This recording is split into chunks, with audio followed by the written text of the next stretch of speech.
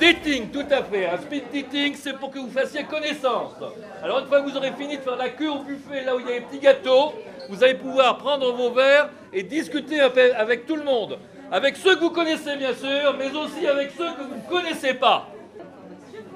C'est la limite complètement. Villeneuve-les-Salines. Villeneuve-les-Salines, c'est à La Rochelle, n'est-ce pas? Voilà, tout à fait. Et alors, qu'est-ce qu'on y fait à Villeneuve-les-Salines, dans le centre social? Beaucoup de choses. Un exemple. Atelier serviettage, marche. Atelier serviettage, atelier marche. Ça, c'est de l'atelier. Table d'hôte. Et plein d'autres choses encore. Sortie vacances. Voilà, on ne se connaissait pas, vous êtes bénévole? Oui, tout à Oui, fait. moi je suis un professionnel, paraît-il, un salarié.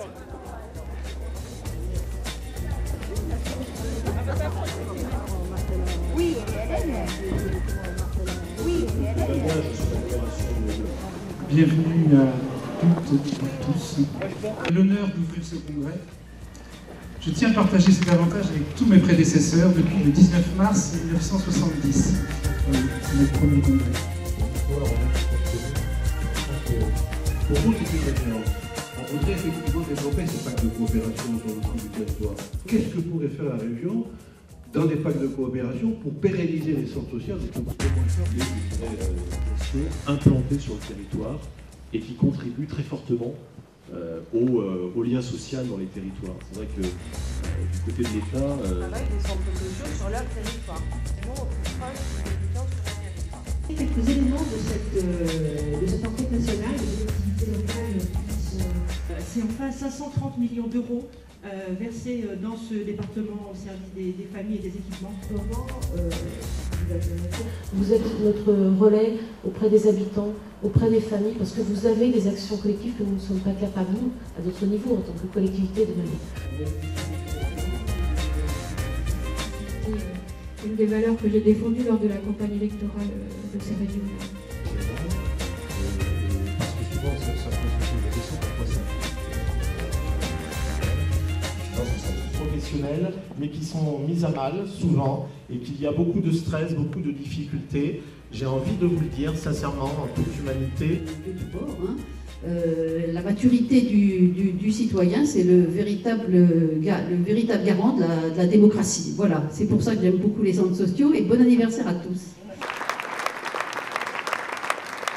C'est aussi important pour des habitants de voir en direct le secrétaire général de la préfecture, de voir en direct le directeur départemental, la vice-présidente du conseil général, la directrice de la CAF. Ils ne les voient pas tous les jours, quoi. Même s'ils entendent les choses qui sont souvent revéhiculées ou dans des écrits ou autres. Là, en direct, et puis, bon, on va dire, on n'est pas chez Darty, mais c'est quand même le contrat de confiance, même si on n'est pas dupe à certains moments.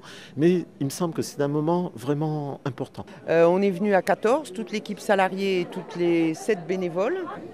Qu'est-ce qui va se passer dans l'avenir? Parce qu'il y a beaucoup de points d'interrogation et on reste sur nos points d'interrogation. Mais c'était quand même intéressant de voir des représentants de nos différents partenaires. Donc c'est très bien.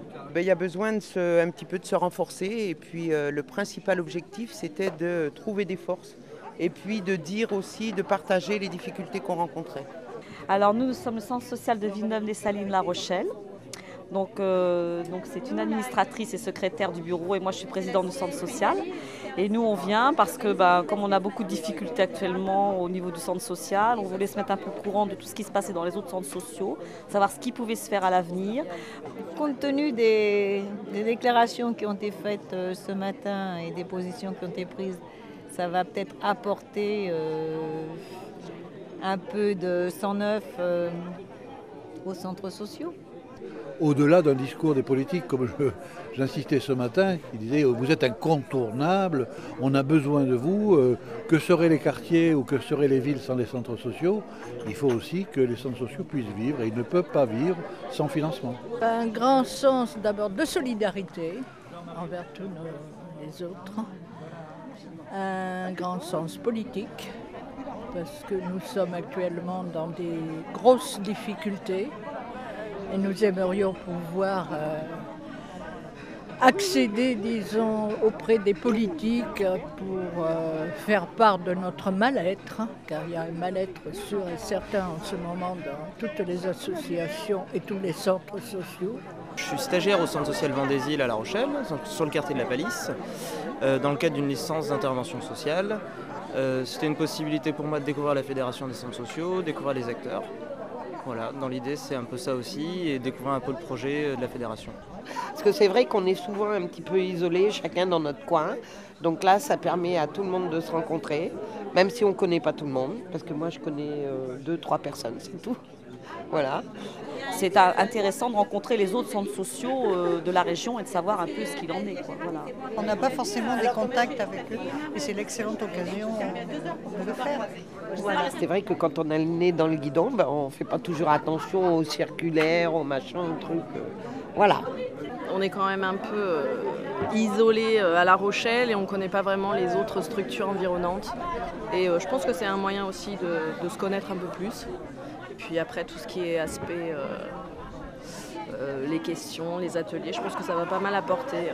Ça me paraît vraiment important et de faire phosphorer les habitants, les administrateurs, les professionnels sur des sujets qui nous concernent dans notre vie citoyenne, mais aussi dans notre vie de militants. D'une manière collective, il y a l'individu et le collectif, on en a parlé un petit peu et on va en reparler demain, cette dimension du collectif, comment on met les problèmes sur la table et comment nous on est acteurs dans la société pour faire évoluer des choses. Donc c'est cette juxtaposition de pensée individuelle ramenée à du collectif, on échange et on a de l'expertise extérieure avec cette table ronde là de ce soir. Non, moi ce que j'ai envie de dire c'est que globalement, si on ne reste pas de se dire il y a de l'argent là, je le prends.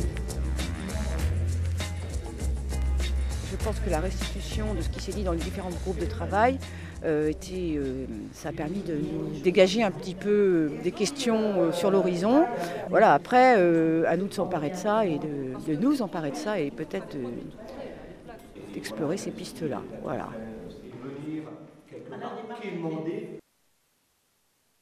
Je côtoie des tas de gens qui parlent du développement durable, c'est pas du tout anti-sujet mon modèle de vie. Il nous paraît naturel d'évoquer le développement durable comme s'il y avait un consensus.